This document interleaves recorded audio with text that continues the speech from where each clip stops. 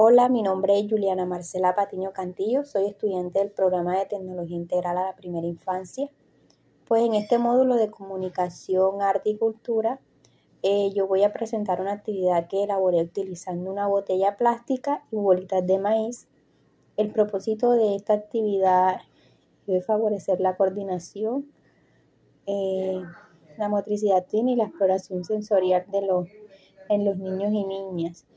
Por medio de movimientos, el sonido y la manipulación del material, buscamos estimular su curiosidad, la atención y la comunicación a través del juego.